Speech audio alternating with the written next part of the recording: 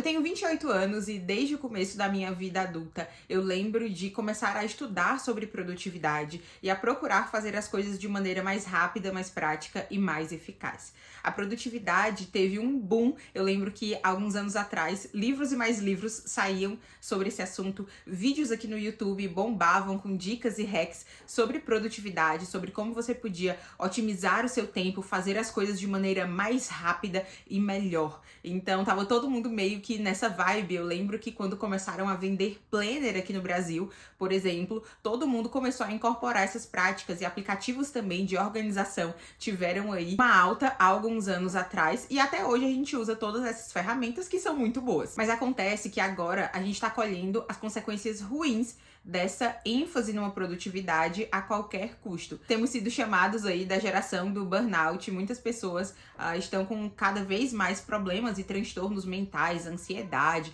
e muitos outros problemas desse tipo. E alguma parcela desses problemas com certeza se deve a essa cultura de produtividade a qualquer custo, em que não há lugar para o descanso, para o lazer, para viver a vida, para aproveitar a vida. Parece que nós somos aquilo que nós somos capazes de produzir. Eu não cheguei a desenvolver nada mais sério, nenhum problema psicológico, nenhuma questão de saúde mental por causa dessa corrida pela produtividade, por fazer tudo em menos tempo, por fazer tudo de maneira cada vez mais prática e eficiente. Mas, sem dúvidas, até hoje, depois de desacelerar o ritmo, eu percebo que, vez ou outra, na verdade, todos os dias, eu ainda tento colocar a minha identidade naquilo que eu sou capaz de fazer. E se a minha identidade tá naquilo que eu sou capaz de fazer, eu vou querer continuar fazendo tudo cada vez melhor, cada vez mais rápido. E eu vou procurar fazer coisas apenas que são úteis, coisas que vão me fazer dar um check ali na minha lista do meu planner. Então, parece que eu sou resumida a minha to-do list. Eu acabo resumindo a minha vida a uma lista de tarefas úteis, de tarefas que vão trazer aperfeiçoamento pessoal, desenvolvimento pessoal, a serem ali ticadas no meu checklist. E isso traz problemas terríveis a nós, né? Como eu disse, a gente é conhecido aí como a geração do burnout, a geração dos transtornos mentais. Parece que a gente não pode descansar, nós nos sentimos cansados quando a gente faz coisas que são puramente de lazer, coisas que não nos trarão, num primeiro momento, nenhum tipo de ganho, nenhum tipo de subida aí no degrau do aperfeiçoamento pessoal. As pessoas falam muito, né, sobre desenvolvimento pessoal, sobre se desenvolver nos estudos, intelectualmente, sobre se desenvolver fisicamente, fazendo exercício, buscando uma dieta balanceada, e parece que todo mundo tem que dar conta de tudo, né? Todo mundo tem que ser inteligente, bonito, tá ali com as horas de sono em dia, tá com a casa bonita, impecável, tá ali com os dias de academia todos com um check, e parece que a gente tá enlouquecendo, tentando dar conta de tudo, tentando ser o mais produtivo possível.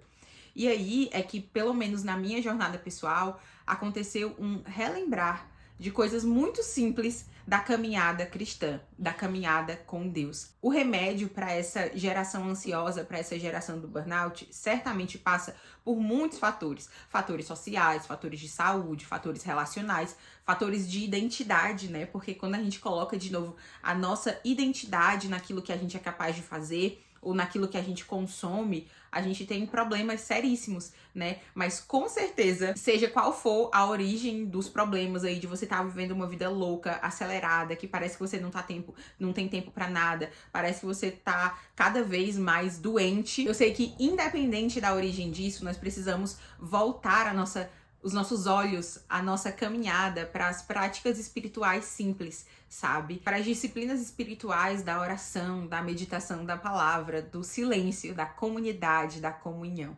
E quando a gente volta os nossos olhos para as disciplinas espirituais, parece que elas são inúteis. Pensa bem, você acorda cedo para ir para academia, você acorda cedo para ler um livro que vai te trazer aperfeiçoamento pessoal, desenvolvimento pessoal, que vai te fazer crescer na sua área de trabalho. E parece que você tá ganhando tempo, você acordou mais cedo, você tá ali, ó, trabalhando enquanto eles dormem. Enquanto as pessoas estão dormindo, você já fez exercício, você já leu o seu livro, você já adiantou as coisas de trabalho, você já respondeu e-mail, você já respondeu pessoas no WhatsApp. Mas quando você acorda mais cedo para orar, parece um tempo perdido. O que foi que você ganhou naquele tempo? E nessa ótica da produtividade a qualquer custo, a vida espiritual pode parecer ser inútil. E isso causa um choque na nossa geração, porque Deus não está interessado naquilo que nós podemos fazer por Ele.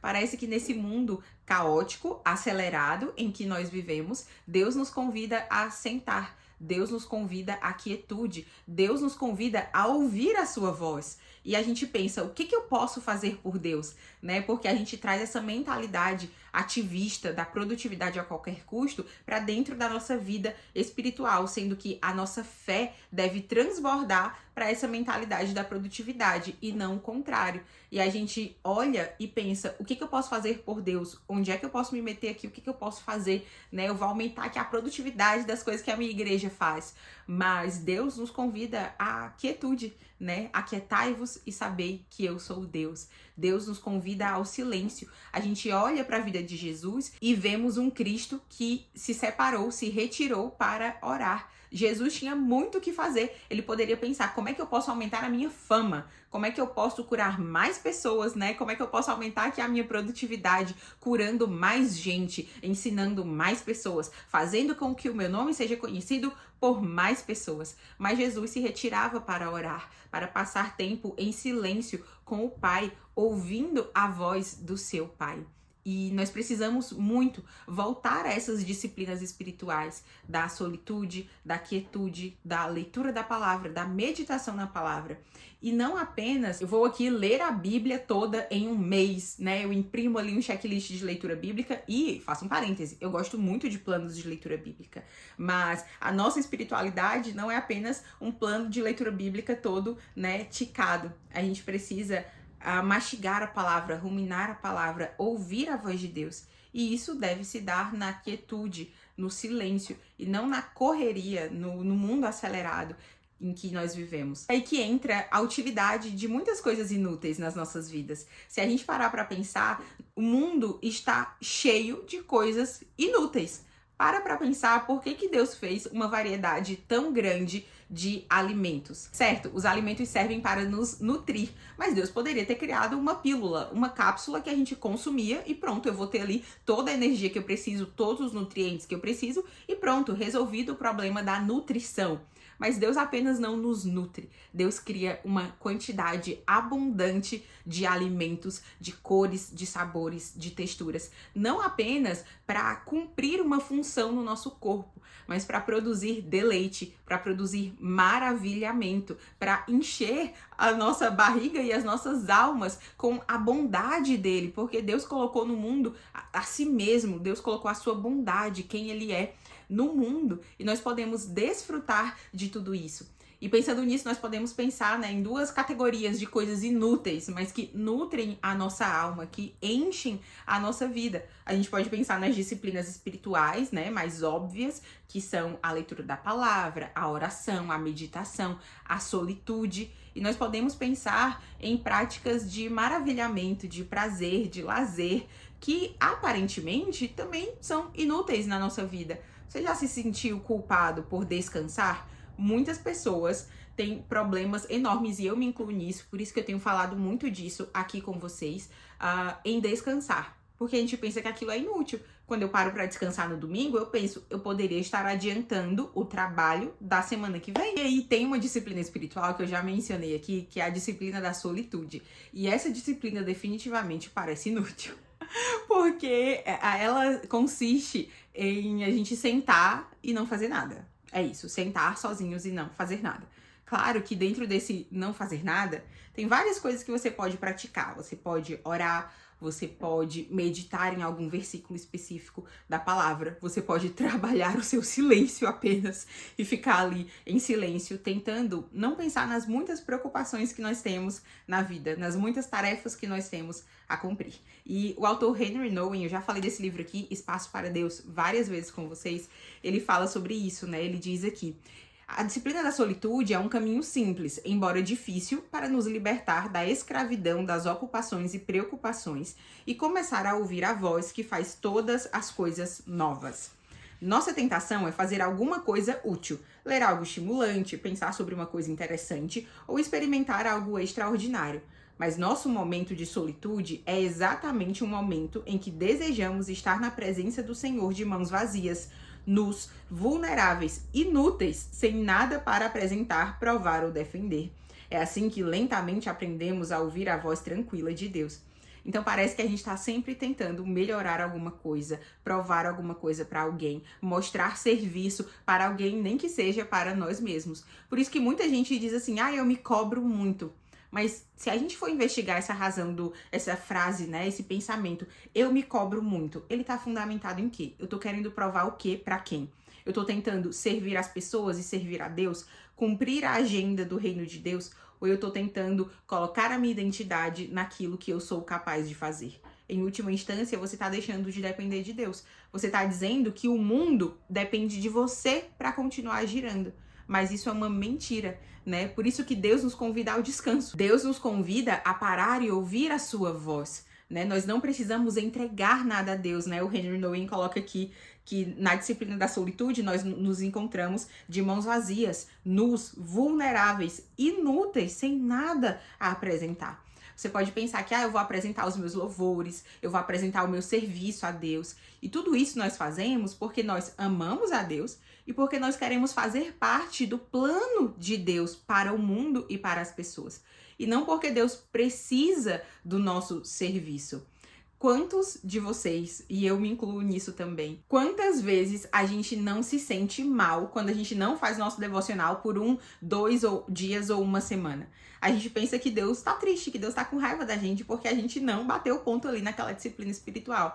Mas a gente tem que pensar nas disciplinas espirituais mais como um momento de deleite do que como algo que eu vou lá e tenho que fazer, né? Então, nós precisamos nos achegar a Deus de mãos vazias, muitas vezes, né? Como quem precisa receber de Deus e não como quem tem algo a dar a Deus. E nós temos uma boa notícia, o nosso Deus é transbordante em tudo que é bom, então ele sempre vai ter a nos dar, né? E principalmente nos dar a si mesmo, né? De si mesmo, ele se dá a nós. Então nós não precisamos buscar sempre ser úteis na obra de Deus. Claro que a gente precisa servir a Deus, né? Mas a gente serve a Deus em alegria. A gente serve a Deus como quem tem o privilégio de participar da obra que Deus está fazendo no mundo, não como quem precisa fazer algo para obter o favor de Deus. Vira e mexe, eu recebo mensagem de mães que dizem assim, Gabi, depois que eu tive filho, eu não consigo servir na igreja do melhor jeito, eu não consigo estar em tudo na igreja, eu não consigo estar nas 7 programações por semana que tem na minha igreja. Meu Deus, o que tá acontecendo? Eu não tô servindo a Deus. E eu fico, meu Deus, né? Olha a nossa mentalidade, a gente acha que nós somos máquinas, que a igreja vai parar se a gente não estiver lá 7 dias por semana na igreja. E claro que se a gente tem tempo, é ótimo que a gente se doe, né? Que a gente sirva no reino de Deus. Mas quando a gente tá servindo em outras frentes, inclua aqui a maternidade, nós estamos servindo a Deus, né? Nós estamos cumprindo o chamado de Deus no lugar em que nós somos necessárias, né? Nós somos necessárias. A igreja vai continuar andando sem mim, mas o meu filho precisa de mim. Deus me deu meu filho e Deus me colocou ali como alguém necessário na vida dele. Claro que se eu sumir, Deus vai continuar cuidando de alguma forma, né? Mas a maternidade tem essa questão, né, muito intrínseca, assim, que eu estou ali para me doar pelo meu filho de maneira pessoal, né? Então, essa questão da produtividade a qualquer custo tem contaminado várias áreas da nossa vida, né? Porque ela passa por essa questão de identidade. Isso acaba por nos adoecer porque a gente começa a deixar de lado aquelas outras práticas inúteis de lazer, de divertimento, de estar com a nossa família, de estar com os nossos amigos, de parar ali para ouvir, para falar, para conversar. Qual é a utilidade disso? Você tem uma lista de produtividade, uma lista de coisas que você tem para fazer que inclui ficar sem fazer nada com o meu filho, brincar com o meu filho. Se você não tem filho, se você não convive com crianças pequenas, as crianças pequenas, apesar delas serem muito aceleradas, elas têm um ritmo muito lento. Então, você vai estar ali numa tarde, ao invés de poder produzir, eu, por exemplo, de criar mais conteúdo, de fazer coisas mais elaboradas, vlogs mais elaborados, eu vou estar ali com o meu filho, né? Eu vou estar ali com o meu filho, brincando com o carrinho dele, né? Indo e voltando com o carrinho pela milésima vez. Eu vou estar ali com ele, lendo o mesmo livro pela milésima vez. E isso é pouco produtivo. Eu poderia fazer alguma coisa, deixar ele ali para fazer algo mais produtivo, para aumentar, como eu disse, a qualidade dos vídeos aqui no canal, para aumentar a frequência dos vídeos aqui no canal. Mas a vida não é só isso. A vida não é só um checklist para você cumprir. E a gente acaba por desprezar essas atividades de lazer, né? Eu não sei quantos de vocês não tem mais hobbies. Eu acho que isso é um sintoma da nossa sociedade. Antigamente, todo mundo, sei lá, as pessoas faziam coisas muito esquisitas, né? Faziam crochê, ponto cruz. Todo mundo sabia fazer isso, né? Perguntei pra sua avó, no tempo dela, todo mundo sabia costurar, colocar um botão numa calça. Todo mundo fazia ali bordado, crochê, ponto cruz. E não apenas porque as vós amavam encher os tapetes, as coisas tudo de crochê, mas porque era um divertimento para elas, né? Fazer tricô, lã, coisa com lã, essas coisas todas.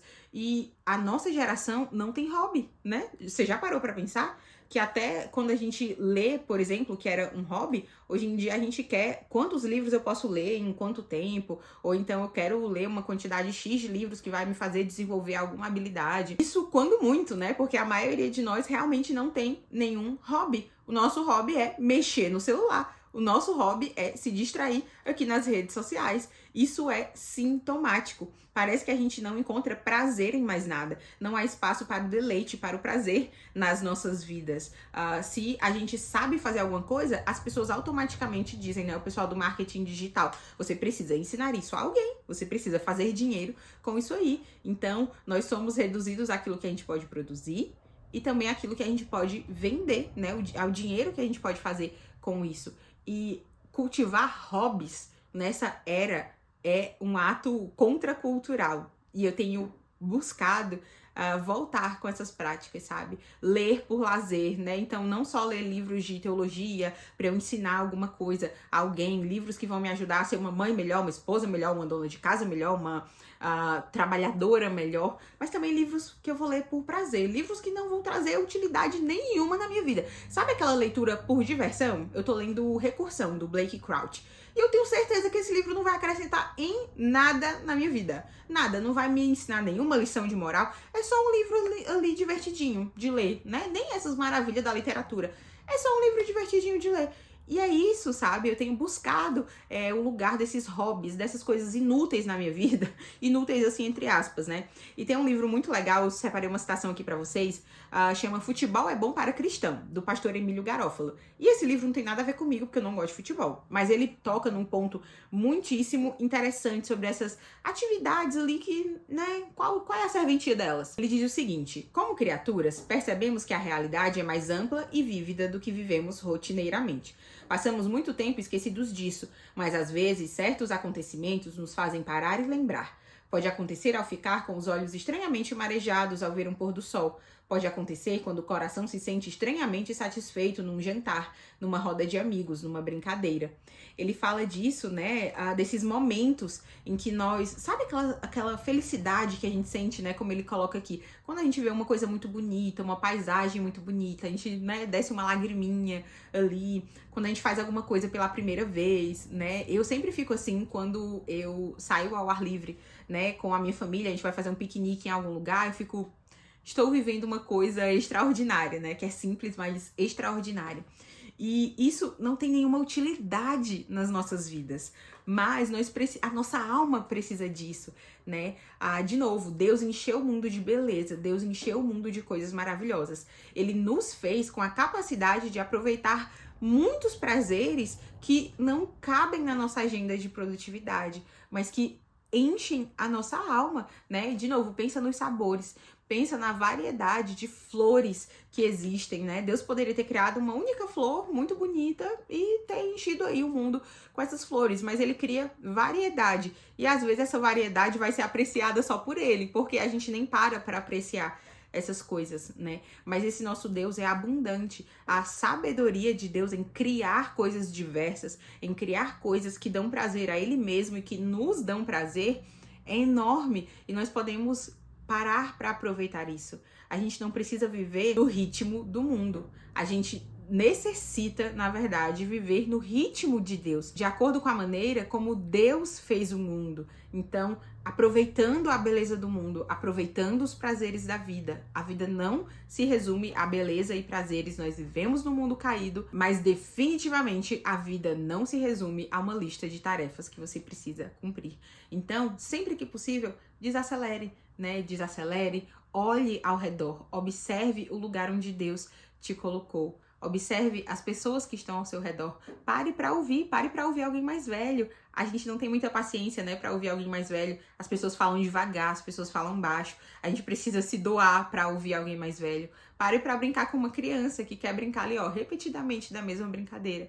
Aprecie a boa comida que Deus te deu. Aprecie os momentos de descanso. Inclua momentos de descanso no seu dia a dia. Inclua momentos de diversão, de hobbies inúteis, de prazeres inúteis que não vão cumprir aí nenhuma atividade na sua lista de tarefas, mas que vão encher a sua alma. E você poderá agradecer a Deus, né? Render louvores ao Deus que te proporcionou tudo isso. Então, não deixe que a cultura de produtividade te adoeça. Cultive hábitos inúteis. Inúteis para o mundo, mas úteis para a sua alma. Eu espero que você tenha gostado desse vídeo. Até o próximo. Deus te abençoe.